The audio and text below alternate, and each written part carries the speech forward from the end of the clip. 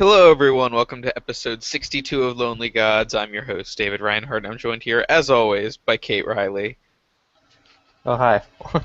Yes, and we're here this week to talk about the penultimate Third Doctor story, uh, The Monster of Peladon. Yes, that. Yes, we are returning to Peladon once more. I think this is well, kind of, sort of, not really. This is the last Peladon story on the TV series. There's a Peter Davison audio called "Bride of Peladon" where he comes Ooh. back for a fourth visit. But this is the last time we'll be going there in the visual medium, I guess.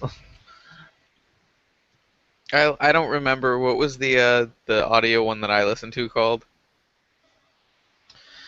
Uh, I don't know which one did you listen to. The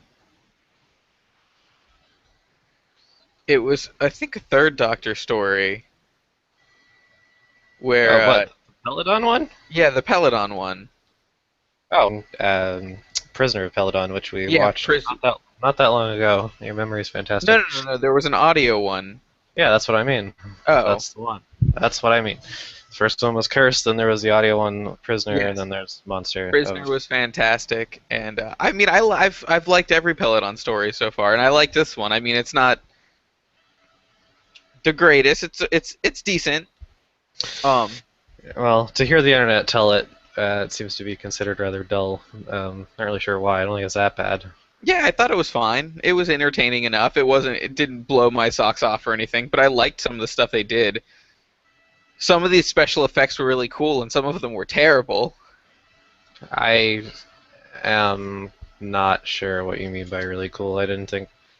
I wasn't like sitting there with a grumpy look on my face, but I don't remember anything that like stands I out. like the way that the Ice Warriors guns I like those weird distortions on the screen. They've always had that though. Oh, I don't know. I just noticed it, I guess. How have you just? They've been there since Patrick Troughton found them. I don't know. I don't. Maybe I said that before too. I really like it. I think it looks neat. Yay. And I thought the way it. I mean, the actual effect itself wasn't too impressive, but I did really like how with the Aggedor like spirit thing. Mm. I didn't realize. I've seen like stop motion like that overlay and stuff, but the fact that they got it colored and they captured the smoke and stuff coming out of it, I thought was pretty cool. And then it just went forward and was not that great.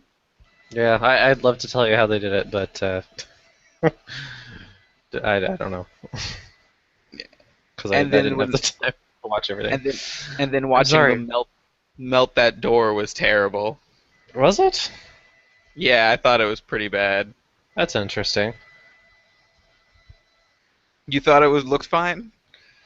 I thought it looked fine. I mean, it's a pretty standard effect. They've done that door melting effect like a number of times before as well. I just thought it was interesting that you didn't like it because it's literally the same thing they did to the city last week. You said that it looked really good, and then they do it to the door, and you're like, Well, "Rah." no, because the door is like it's just like The chunks door's coming, not screaming. and it makes like the door like it's they're making it look like it's like this thick metal door, and then it's like this little flimsy sheet that they kind of just melt holes into.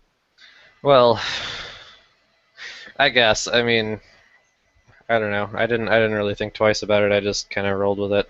I didn't even notice that that it was thin. I mean, I'm sure that it is, but I figured that it's like, oh, it's a metal door and they're burning through it. I guess I'm willing to believe.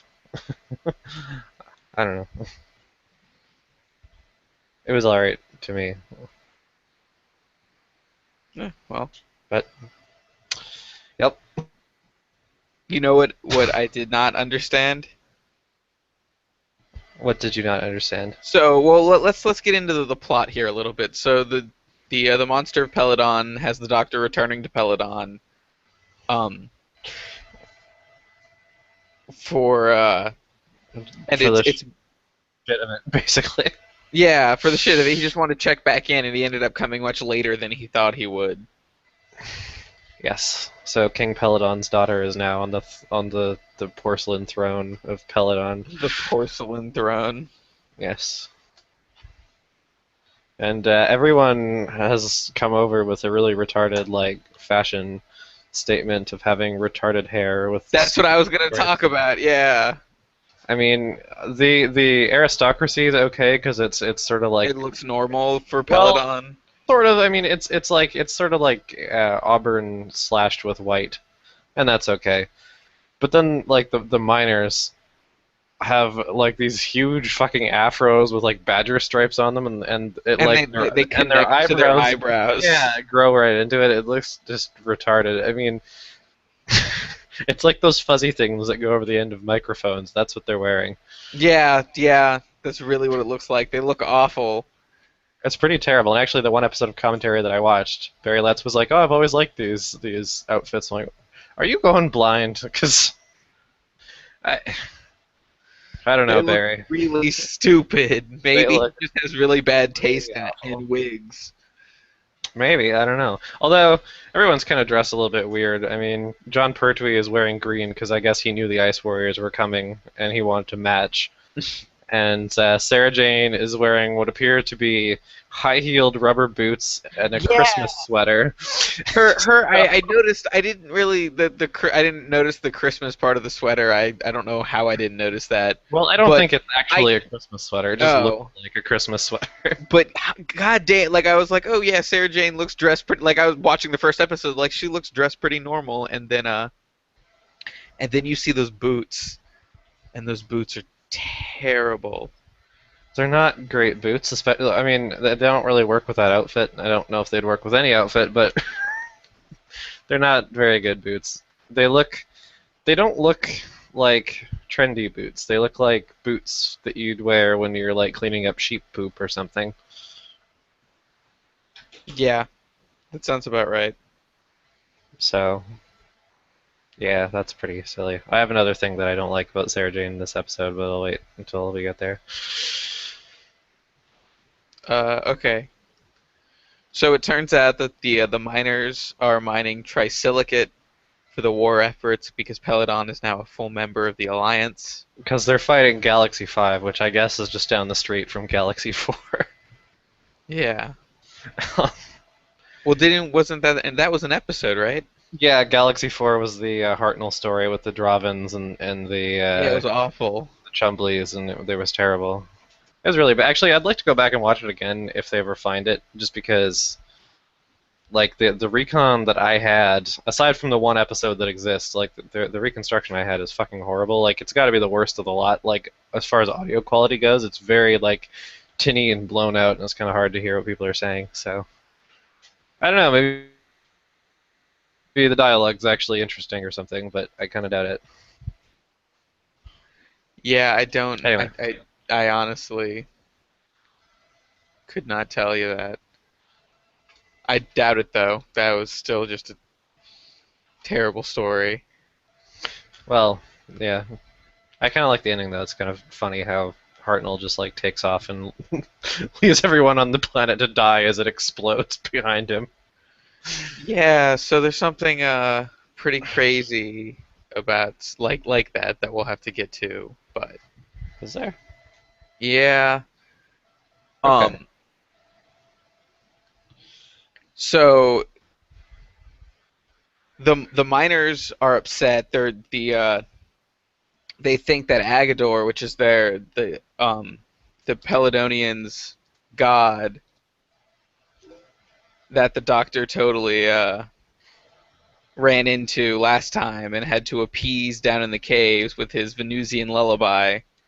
You know, for some reason, when they started talking about Aggedor and the spirit of Aggedor this time, for some reason, I thought that Aggedor had died in the first Peladon story, and that's why he wasn't in prisoner. So I'm like, oh, now his ghost is like haunting them. But no, Aggedor is actually still around. He's just an older monster, I guess. Yeah. So I don't know where I got that idea into my head, but I could have sworn that Aggedor had died in the first one. Nope. But well, whatever. I can't keep track of every ridiculous looking monster on this show. You should. I try. But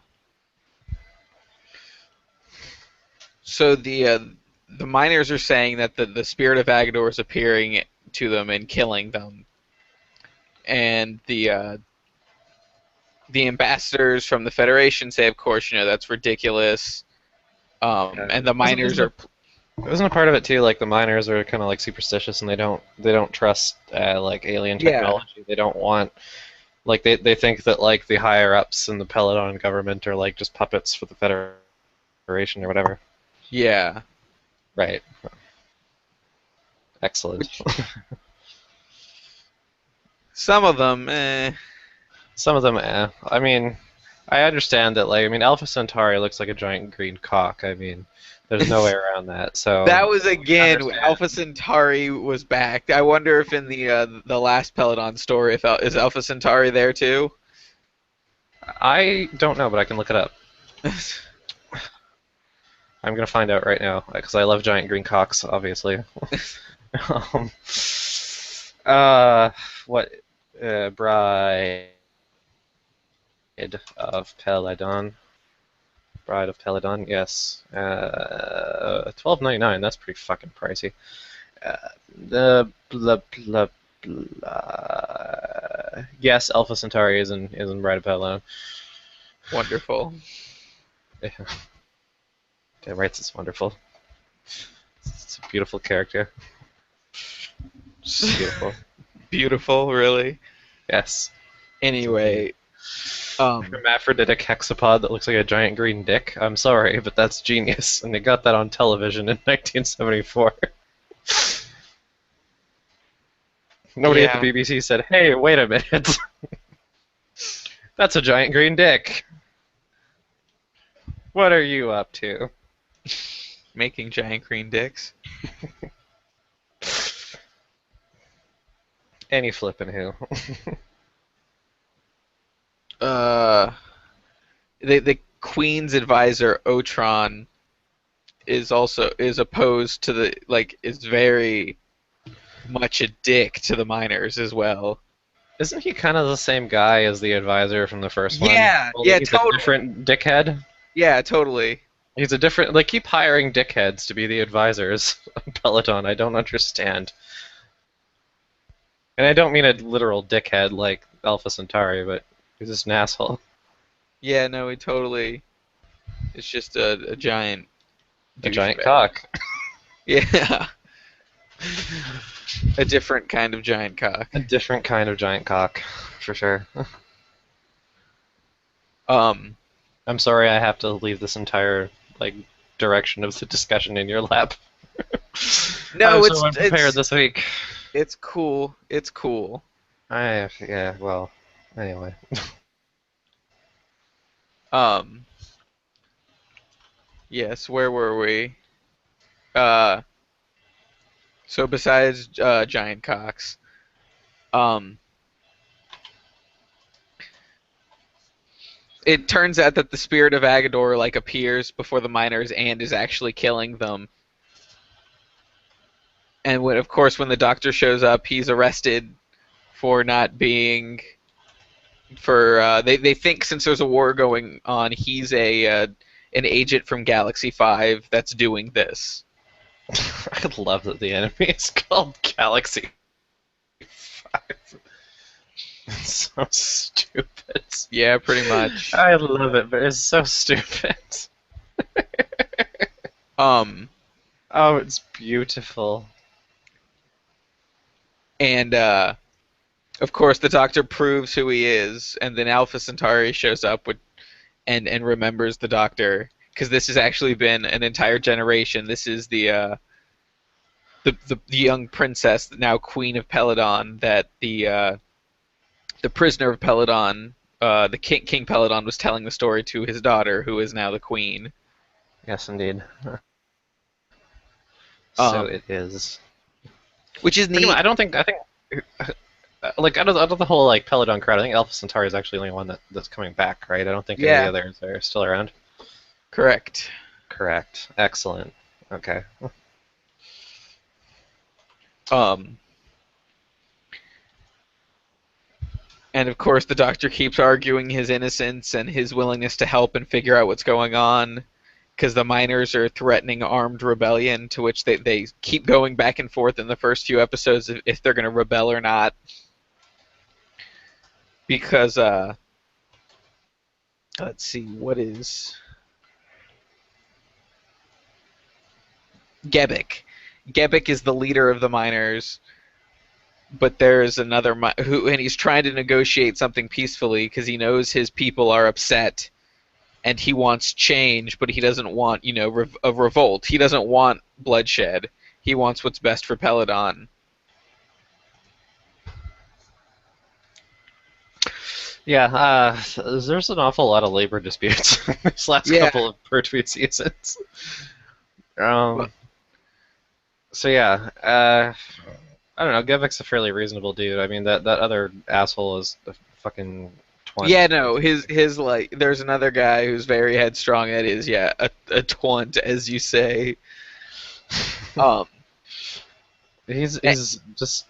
And actually, speaking of, one of the fucking miners in this, I noticed, is actually played by one of the actors who was one of the fucking miners in The Green Stupid Death. Really? Yes. That's funny. That's pretty awesome, I guess. Yeah. And in the first few episodes, it's all like Aggedor's appearing, we don't know why, and it's all about. I know why. Well, it's kill time before the Ice Warriors show up. Yeah. And then after the right hand asshole tries to destroy the queen and everyone in the Citadel and all the people from not the foreigners. And an awesome. I have a note about this actually. Let's see. I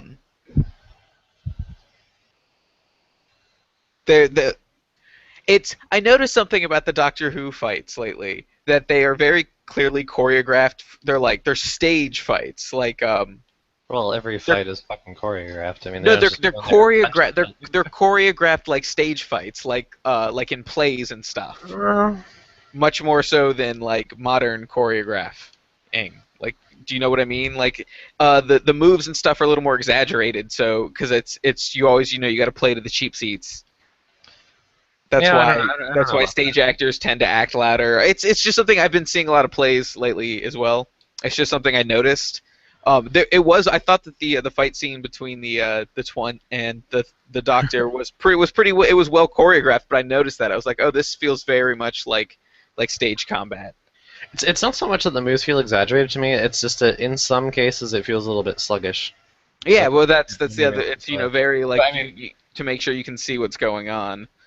I don't know if it's supposed to be because it's stagey or if it was because they weren't able to cut as much. I mean, like, if you looked at dailies from like a modern movie, fight, it probably wouldn't look that much different. It's just that now we have a lot quicker cuts and you get in tighter and stuff like that. And I think that's what makes the difference. It's just a lack of time to edit it, I think, the way we're used to. Although I also think that it could have benefited from editing, not just because it's a little bit stagey, I guess. It's also because there's a lot of times you can very, very clearly see this John Pertwee stuntman in a wig. Like, oh really? I didn't even know. Oh, it's absolutely terribly obvious. I mean, and there's parts where his entire face is on screen, and it's obviously the stuntman. And that bugged me more than any sort of theatricality might have. How did I not even notice? I don't know, you're too busy getting mad at a door or something. I wasn't getting mad at a door. I was.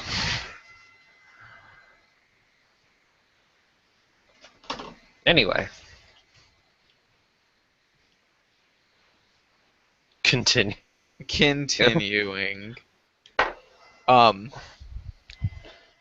So then the Ice Warriors show up. Sarah Jane discovers the Ice Warriors. Which is like, surprise, surprise, it's a Peladon story and the fucking Ice Warriors show up. Yeah, but who would have thought? they were very similar to the rebels in or the splinter group in the Prisoner of Peladon because they just want a return to the warlike ice warriors. Yeah, I'm surprised they referred to them as a splinter group though, because like Prisoner sort of made it out like the splinter group had kind of like the militants had kind of won, and that's why there were so many sort of peaceful refugees on Peladon. But I mean, things could have reversed again, in the time in between, or maybe I just didn't listen to it right. I don't know. I don't know. I don't think I got that. Hmm. All right. Well, I I guess thought I've. I got from the Prisoner of Peladon that the splinter group was trying to assassinate the leader so they could take over. Oh, maybe. I don't know. I guess I have to go back and listen to it again, but I'm not going to because I'm lazy. So I'll just take your word for it. Yeah, but whatever. Whatevs. Beyond that, um, it was. I don't know. Did you find it much of a shock when it turned out that the other counselor was in league with the Ice Warriors? Uh, you mean like the black suited motherfucker from like the Federation rep or whatever? Yeah, it was silver suited. Well, pardon me. It's got a little onesie. I didn't look too Yeah, closely at it. was it black or was it? I don't remember. I think it was kind of. It might have been black with like silver sort of like highlights or something or piping But yeah, on it. But onesie bro. onesie bro. Yeah, Eckersley. He Yeah, Eckersley, that's that his name. asshole. Yeah, no, I was agreeing. Yeah, that is exactly what his name is. Anyway, he's a faggot, and I don't know if I thought he was in league with the Ice Warriors. I was kind of surprised at that, but I'm not surprised that he was a dick. I mean, he was clearly had a streak of dickishness in him, especially because, like, I mean, he's more concerned, I guess, with keeping his nose out of local problems than he is with being compassionate and helping people. So. Uh, I mean, he's definitely was an asshole, but I didn't really think he was the same kind of asshole as the Ice Warriors. Yeah, but no, he totally was. He was going to be made president of Earth.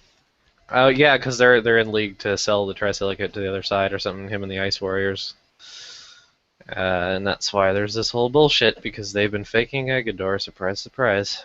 Yeah, but then in a weird twist, the Doctor finds the controls for Aggedor and starts killing Ice Warriors left and right. Yeah, I was kind of surprised at that too. Like that struck That's what me I as was saying. You as know, weird. I in mean, Galaxy 4, he left all those people to die. He just straight up killed people here. yeah, I mean, but there's a difference between Hartnell running away and John Pertwee actively killing people, and it's actually something I've noticed about the Pertwee Doctor. I mean, there's a fair amount of moments where he'll intentionally have things meet an untimely end. There's a Day of the Daleks. He picks up a ray gun and starts shooting Ogrons or whatever. Oh yeah, I forgot So about the that. Pertwee Doctor is actually, I guess, sort of more violent than we usually think of the Doctor being now. Um, as far as like fights and shit go, I guess like I mean, if you're in a shitty situation and you're trying to save your friends' lives, I mean, sometimes you got to do what you got to do. But I mean, when he had control of it and he said, "Oh, this is Aggedor," and it fires a heat ray, I thought, well, you'll just turn that shit down and incapacitate them, because that's how the Ice Warriors roll, all reptilian and shit. And then he didn't do I that. think no, then he just fucking straight up kills them. I don't have a huge problem with it, but I definitely did go, huh. Yeah, no, I don't know if I have a problem with it either. It was just yeah, a little strange. Well, there are fans out there who are very very protective of what they feel the Doctor should and should not be, but. Oh, I I don't mean, pretend like I'm a writer writing Doctor Who. It is out of my control. Now if it's completely uncharacteristic, that's a little different, but I mean this Pertwee's dog the third Doctor is kind of like that and they all do have different personalities and stuff, so yeah, for sure. And which is kind of why I'm looking forward to Tom Baker again, because I haven't seen any of his in ages. And he's kind of the goofier, well, he's known for not being clownish, but I mean he's sort of, charming and having a scarf and being silly.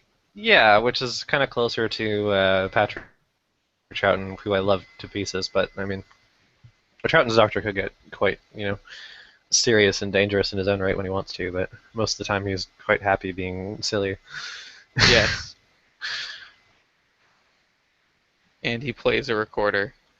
Well, sometimes when the plot demands, he plays a recorder. Yes. Um, yeah, but Pertwee is. I mean, when he signed on, he said he wanted to be sort of more action oriented. So I guess they gave him what he wanted. Which is kind of an odd thing to ask, though, because I mean he had a bad back and a bad knee, so that's why there's so many like obvious stuntmen and shit. Ah, So that yeah, makes maybe that sense. wasn't a good idea. Apparently, Roger Delgado was the only one who knew how to step on his back just right to put it back into place. And now he's dead, so I guess his back is just fucked now. Wonderful. I guess. Well, there's only one more for him anyway, so Yeah. he's on the way out. Apparently, he didn't really get along with the guest cast Really? in this episode. Yeah, he had started. I mean, because he was on the way out, and they already knew that Tom Baker was going to be the next Doctor, and so everyone was kind of getting prepared for the transition. And I think apparently John felt kind of I don't Slighted? know, a little bit slighted and a little bit sort of like disconnected and thrown out of the loop because it wasn't about he wasn't really the focus anymore in a lot of ways. I Aww. think he kind of felt as a bit of an outsider. Apparently, when they were making his finale, he didn't talk to anyone unless he was doing a scene with them. He just kind of withdrew, and I think that kind of started in this story where he didn't really get along with the guest cast and didn't really try to, and kind of just you know got it done and over with. No, that sounds sad. Well, a little bit, but I mean, 5 years and then you want to do something else. It's not like he was. It's not like William Hartnell where he was ill and had to go whether he liked it or not. I mean, he did decide to leave. Yeah, that's true. But still, like, to feel like pushed, like forced out. Hmm. I think it was just disconnected, and it's also because like a lot of the people he had worked with over most of his time were gone or going. I mean, Unit was kind of being phased out. I mean, it's not in the show as much as it used to be, and Katie Manning is gone, and Terrence Dix and Barry Letts are getting ready to go too. So kind of his whole little I guess group that was most of the Third Doctor stuff is kind of splintering at this point. That's Just, true. I mean, and it's not. I mean, I guess it's kind of sad, but it's not like a bad thing. I mean, they are going on to do other work and stuff. It's just the end of a job, but you know. Makes sense. Anyway, I mean, because really, like Sarah Jane really isn't Pertwee's companion. She's no, she's not at Tom all. Baker's companion. That's like, well, I mean, even though Rose was Christopher Eccleston's only companion, they developed more of a relationship with David Tennant. Kind of. I mean, I sort of associate her more with Eccleston, honestly, because he has no one else. Um, But I Rose guess becomes like a pivotal character for Tennant, that's like true. 'cause she keeps coming back and all that. But Tennant never really stuck with a single companion for very long. I mean, he has sort of a different little helper monkey in most of the specials, and then he has Martha, and then he has Donna. So Yeah. I feel like Donna was actually probably the best match for him. I thought Rose worked Well, I better agree, but with Eccleston, they really. did the love story with Tennant. They did. Uh, That's really I didn't really want to say it, but I kind of have to because they I don't did it. I don't mind that they did because it's not. No, I mean, neither do I. But I mean, it's perfectly natural for somebody, especially somebody who's as young as Rose, which makes me sad to think that we are older than Rose is supposed to be. Um, oh but yeah, I somebody. don't understand that because even then Billie Piper did not look that old. Well, she was supposed to be 19, Well, I she think. looks older. Billie Piper is actually pretty young. Really? Yeah, she was born in when did you let's Wikipedia. This is fascinating. Yeah, she's 31 now, so she was born in 82. So, Okay, but not, yeah, she did not. but older than 19 certainly. Yes. Um,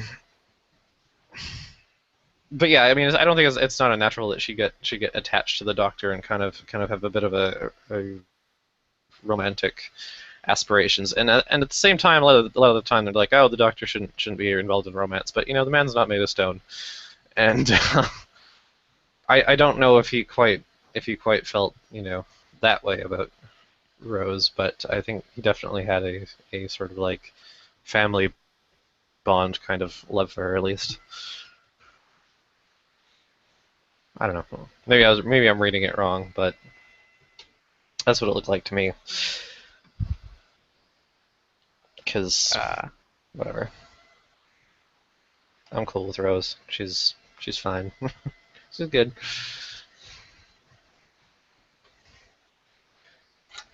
Well, Dave, what else do you have to um, say about Peladon? um, That was a bit of a detour. yeah, that was. Sorry. Um, where were we? So, the Ice Warriors show up and enact martial law. Yeah, because they And because Alpha Centauri like panicked and she sent for like Federation like backup, and Ice Warriors turned up pretending to be the backup. Only they were there the whole time, being yes, assholes secretly. Yes. So they've declared martial law and they're being like retardedly harsh about the whole situation.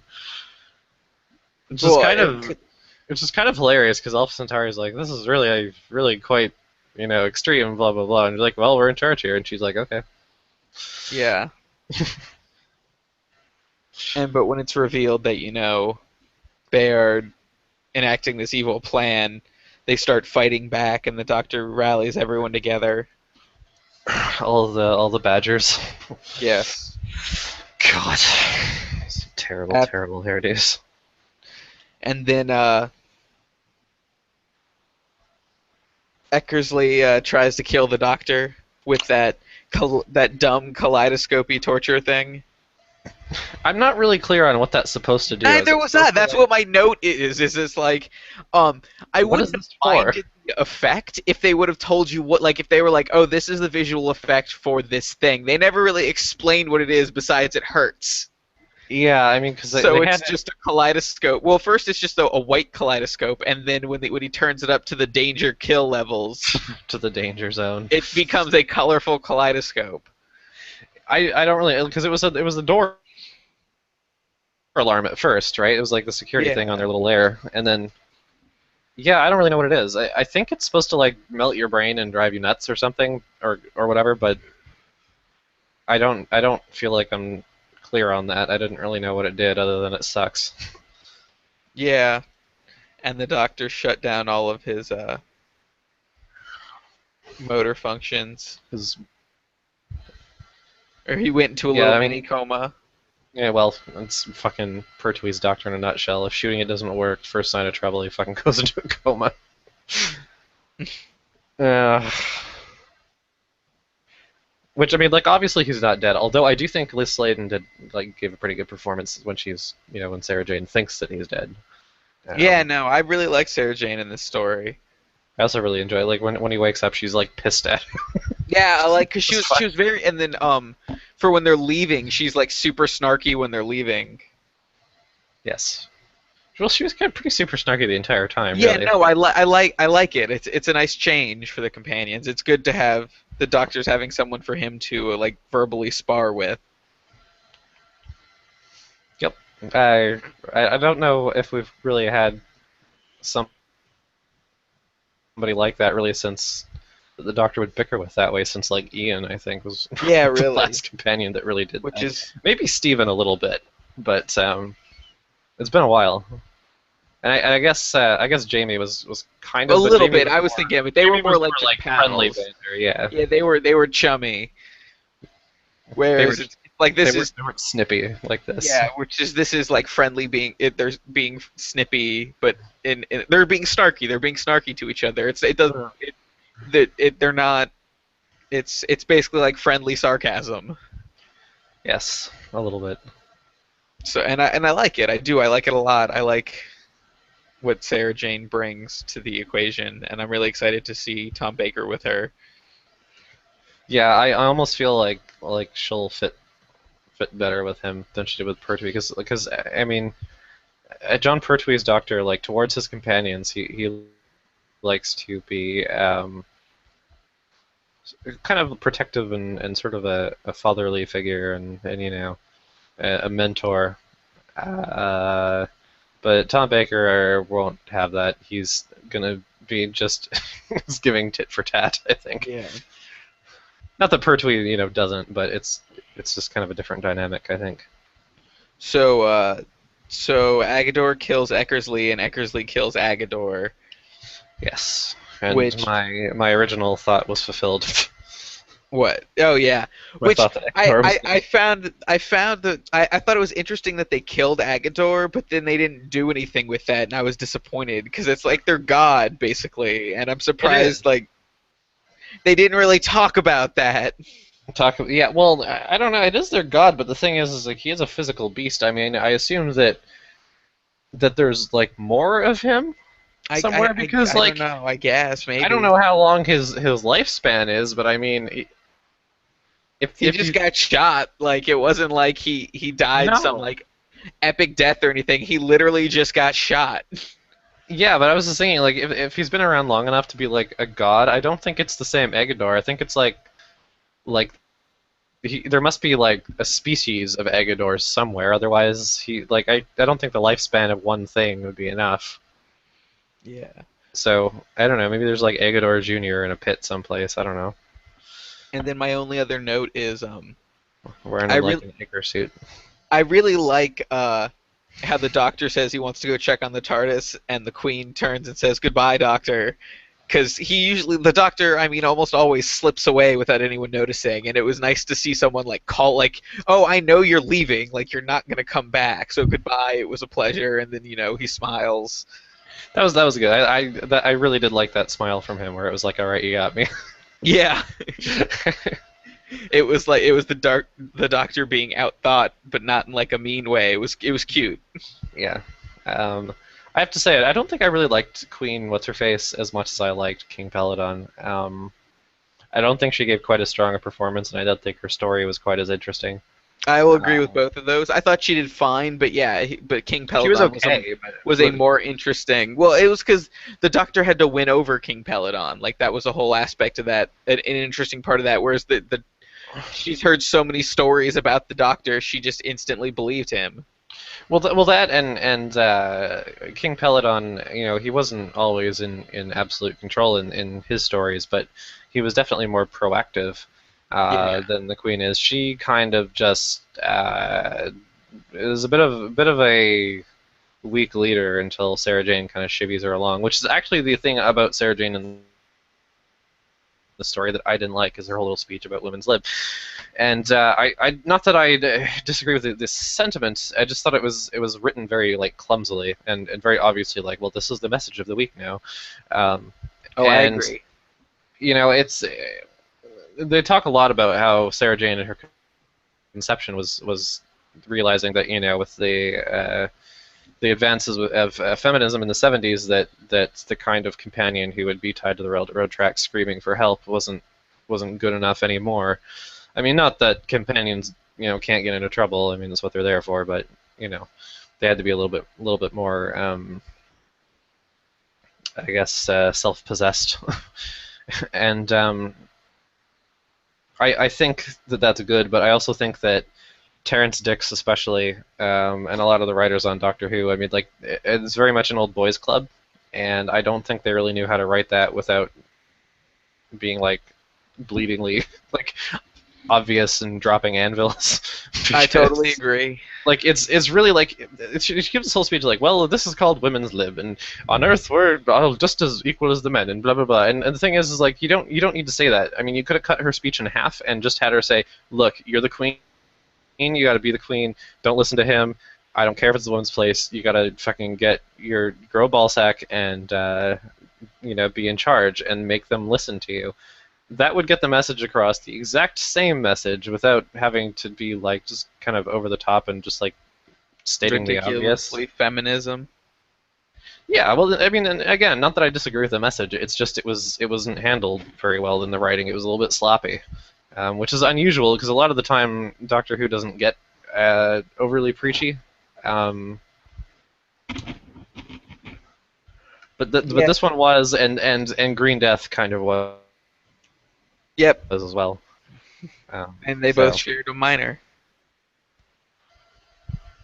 yeah, That's they her both shared a mind. connection. He's the one with like big lips, and he's got like a horse face. Yeah, He's no, I got know a who he's you're got a talking about. distinctive ass face. So So, yeah, that's, oh, and I also listened to 7 Torchwood audios.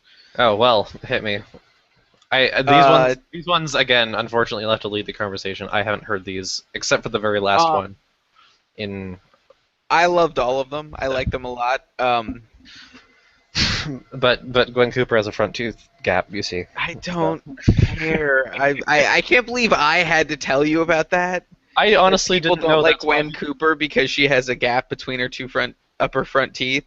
Well, a lot of people don't like, lots of characters, and I don't always know why. I mean, I'm like, why does everyone hate Gwen Cooper? Oh, it's because she has a gap in her teeth. That's remarkably petty. If it could be like, I don't like Gwen Cooper because of, this, that, and the other aspect of her character. I don't like her because her voice is annoying. I don't like her because she poops on the floor and films it. I don't know. I mean, I would have thought it was like a reason that I could understand, not something stupid like. I do get though, like I understand. Sometimes you meet somebody or you see somebody on the screen, and the way they look just makes you mad. Yeah, there's someone I remember that I've had that happen. And I've talked about it before. Yeah, I get that. I get it. Actually, John and I, for some reason, because we hate each other and ourselves, we're watching the final season of Heroes right now, Oh, and why? yeah, Wait, because actually the final season was a it fair was bit not better. that bad. It was yeah, No. it was actually getting But ended. anyway, Like it actually got really interesting in the last episode, and then it was canceled. yes, of course. But my point is in that season, Claire has a sort of college lesbian fling, and the actress who plays her sort of girlfriend, I can't stand the sight of her. I honestly can't stand this. I Oh, don't think she's a good actress. what's her Madeline face Zima or something like that. Gretchen. from yeah, she's on Californication. Yeah, I can't stand the sight of her. I don't think she's a very good actress, and She's and, got a and her weird face face. looks like a foot. Like Yeah. she's got a weird face, and I can't She's got a stand it. really And I weird don't face. care what kind of performance she gives. I want to drown her. I just can't stand it. And maybe that's how some people feel about Eve Miles, and they just don't like But Gwen because of it. I mean, and but if that's the even case, if I I kind of don't understand. know. But When someone gives a really good performance and like the character's a good character in spite of that, like, but usually it's not that. Like, I agree with you, but every time I see it, it's like, well, I don't like this character. I don't think that she's being performed very well, and I just don't like looking at you. well, maybe I'm more shallow than you. But sometimes when there's certain people, I just see them, and it's like I can't look at you. I hate your face so much. Maybe, yeah. So So, I guess that would John be says a I'm very problem. shallow for saying that, but I don't know. But Maybe what it is. Anyway, Torchwood. What did you like about that? What did you hate about that? I'll listen well, to your words. the ones that really stuck in my head were, of course, the last ones I listened to. But the final one, uh, the House of the Dead, was really good and really touching because it's about Jack going to a place where he knew he could speak to ghosts to see Yanto one last time. Yeah. Normally, I don't. When I listened to this one after watching Children of Earth, I kind of. I mean, I knew going in sort of what the plot was. And I was kind of reticent about the whole thing because I thought that Yanto's death in Children of Earth was really, really, really well done. It was shocking. It It was was very incredible. heartbreaking, absolutely incredible. And I kind of feel like in my fiction, when somebody's dead, I like them to stay dead, and Me to too. let the dead rest. Uh, don't bring them back with magic Claire blood. Um, So I was like, I don't know if we really want to, like, do we really have to pick the scab off of the Yonto wound and have it bleed again just for the sake of it? But it was actually really well handled, like It was surprisingly well handled. really well handled. Um, and it definitely shut me up. And I was like, well, I guess converted. 'Cause, I mean, you didn't bring Yonto back to life. It was more of an extended goodbye than they were able to have before. That's all. Yeah, and they also talked Um, about closing the rift because they needed to talk about that. or do they? Yeah, Is they it like closed the Dawn and Miracle rift. Yeah, Day? Okay, well, I guess that makes sense. Well, that's good. Look at that continuity. Yay. but I mean, all of the other Torchwood stories were good. They were just more episodes of the show basically. But Yeah, pretty much. the House of the Dead was like really fucking good, like Children of Earth, and the fact that it took place, in the middle of that story. Well, sort of Uh, towards the end I of it. guess. Yeah, Well, towards the end of it was. after like the 4, 5, 6 are gone, but then before Jack leaves, basically. Yeah, Um, yeah, it's. But most of them are just. I mean, they're not very long like the Doctor Who no, they're audios are usually 45, and they're multi-part. they're They're literally 45 minutes the episodes. long of the episodes. Exactly. And I was actually impressed with the amount of the cast they got back because it's not just the regular cast. I mean, they got Yonto and Gwen and Jack and everything, which is great. That they got them to come in and do audio stuff. I mean, And even Reese like and yeah, but that's what I was surprised about. It's like they got like everybody because they got Reese too, and even Martha for one in one of episode. them. Yeah. Yeah, so it was like they really went to quite an effort on this, and why that's so impressive to me is that because it's not Torchwood wasn't. actors. Torchwood didn't go air 30 years ago, and these aren't actors who are now in their 70s or something and have the time to do this.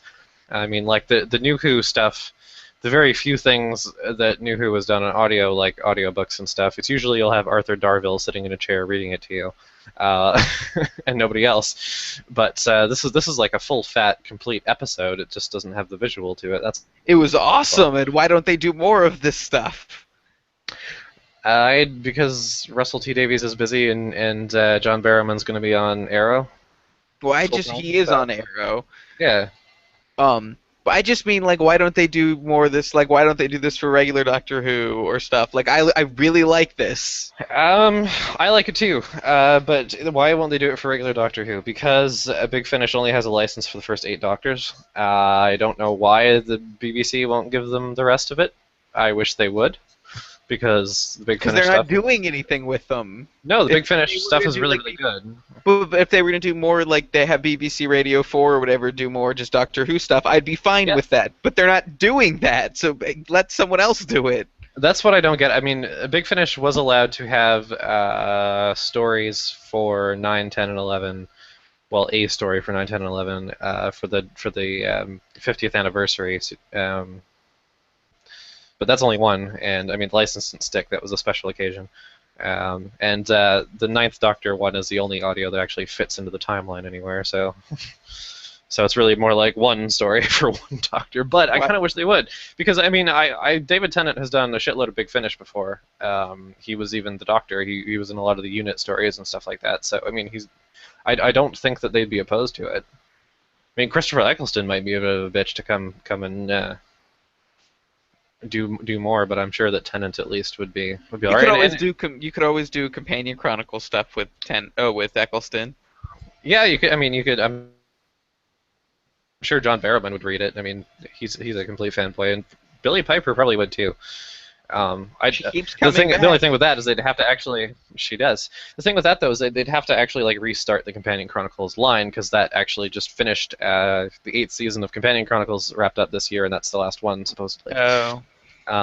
Which is kind of although they are starting a new series called like the Early Years or something, where they're going to be doing more first, second, and third Doctor stories. But I don't really know what the format of it. Maybe those will be like. It might be like. I think it's going to be sort of closer in format to like the Lost stories, only they'll be original ones, which I'd be fine with. But Companion Chronicles itself is going to be over. Well then. Well then, anyway. So yeah, those were What good. strikes me as weird about Christopher Eccleston, actually, now that you bring it up, is that I read an article where he said where they asked him about the I can bring up Heroes again. I asked him about Heroes Reborn, and he said that he has been asked, but if they ask him to do more Heroes, he'd love to come back and do more Heroes. He had a wonderful time on the set, and it was a lovely character, and blah blah blah blah. I was like, are you serious? Are you serious, Chris Eccleston? Who was he in Heroes? I don't even remember him in He Heroes. was in the first season. He was an invisible man that taught Peter not to be a faggot or something. Oh. Trap. Yeah, and but it's like he won't come back for the 50th anniversary of fucking Doctor Who. But Heroes apparently just pick up the phone. I'll come back for that. I honestly don't understand. I don't get it. Why would he say no to Doctor Who? But Heroes is apparently good enough for his fucking actor. Because it's not like, Chris Hemsworth or Chris Evans for, they don't want to be Thor or Captain America anymore because they don't want to be in that fucking, like, it's a ton of work to be in that good of shape for those movies, but it's not like Christopher Eccleston really has to do much to show up and be the Doctor, I know. It's truly He just bizarre. puts on his leather jacket and his t-shirt and gives it a go. Yeah. Anyway, so that's it for this week. Alright, next week, though, is going to be a big one. Very Yes. important. It's not only a season finale, but it's John Giant Pertwee's spiders. final story. It'll be the end of the poofy Giant hair, spiders. leisure suit wearing giant spider befriending motherfucker. Third Doctor, you're going to miss him, aren't you? I am gonna miss him, but I'm really excited. I've been waiting for Tom Baker since we started, so Have you? yeah, Is that because he's the one that everyone knows? yeah. Ah. It's because everyone is like that. I mean, I have seen Tom Baker stories before, but I'm excited to Really? watch them all in a row. I don't remember. Well, I guess we'll be I've seen periodic Doctor Who stories when I was a kid on TV and stuff. Yeah. Uh-huh. But yeah, like that is if your Doctor isn't one of the new ones, chances are it's Tom Baker. Yeah, That's maybe. to the most part, like 75% of people. I guess so. Although I'm the weird one where it's like I'll swear by fucking Paul McGann any fucking day of the week, but he's only been on TV Yeah, twice. that doesn't count. That No, it doesn't totally count. counts. It doesn't count because unless you're a super fan like us who've also seen everything else, chances are you probably saw the most Tom Baker. Yeah, well, that's true. He does. I mean, I think he has the longest tenure, but I think William Hartnell might be close because Tom did 7 seasons, but the early seasons had like 40 something episodes in them. So I think in like episode count, it might be. I don't really know which one comes out on top, but anyway. Well, if you like audios, then you'll like the Fourth Doctor era because there's a fucking shitload of them. So. Good. All right, we'll be back. Bye, everyone. Goodbye. Dave.